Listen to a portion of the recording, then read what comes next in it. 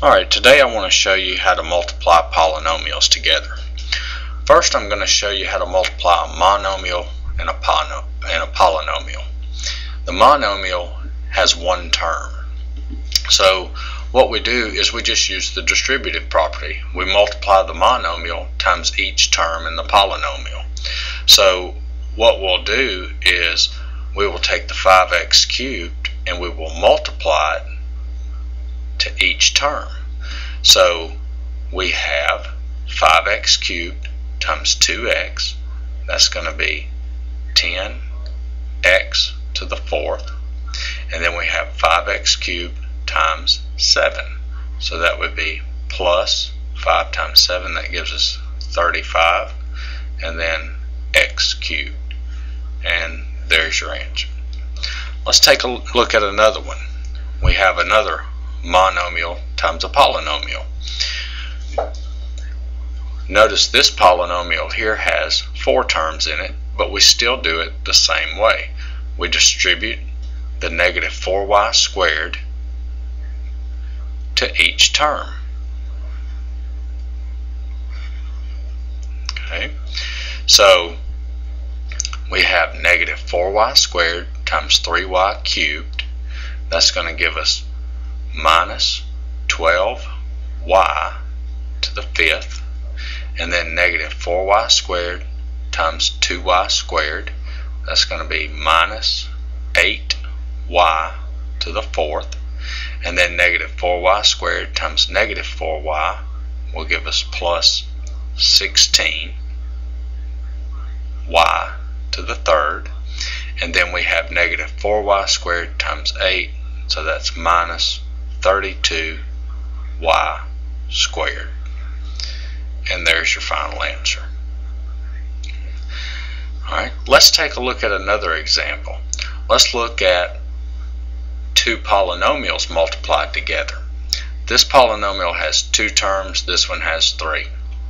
So what we want to do is we want to take the m in the first polynomial and multiply it to each term in the second one, and we want to take the 3 and multiply it to each term in the second one.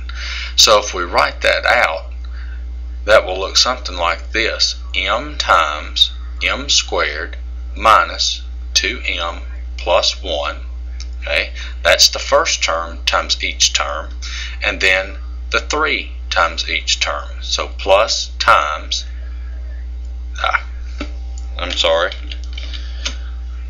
plus 3 times this polynomial, m squared minus 2m plus 1. So now notice we have a single term, a monomial times a polynomial, and a monomial times a polynomial. So now we're going to work it just like we did these. So let's take the m and multiply it to each term. So that's going to give us m times m squared is m cubed, m times minus 2m is minus 2m squared, and m times 1 is plus m. Now let's multiply the 3 times each term.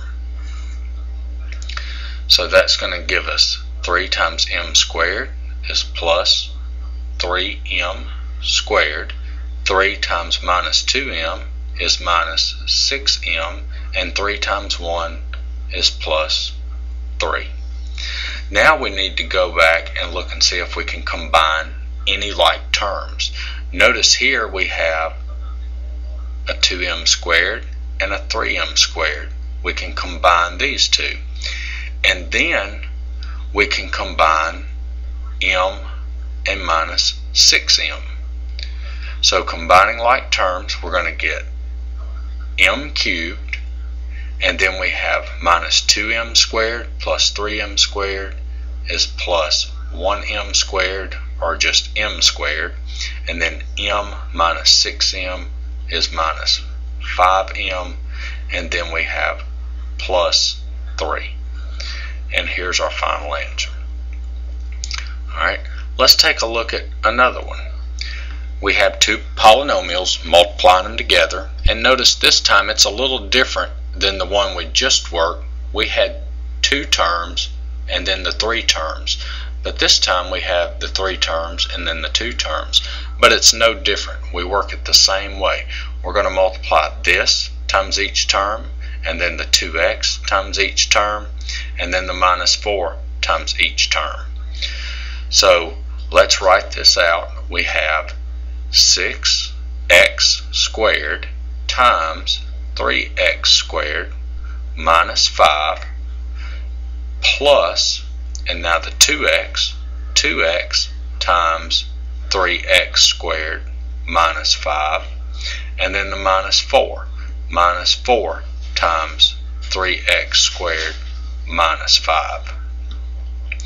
So now we're going to do just like we did before. We're going to distribute. So that's going to give us 6x squared times 3x squared is 18x to the fourth, and then 6x squared minus 5 is minus 30x squared. Now we're going to distribute the 2x to each term. So that's going to give us 2x times 3x squared is plus 6x cubed, and then 2x times minus 5 is minus 10x.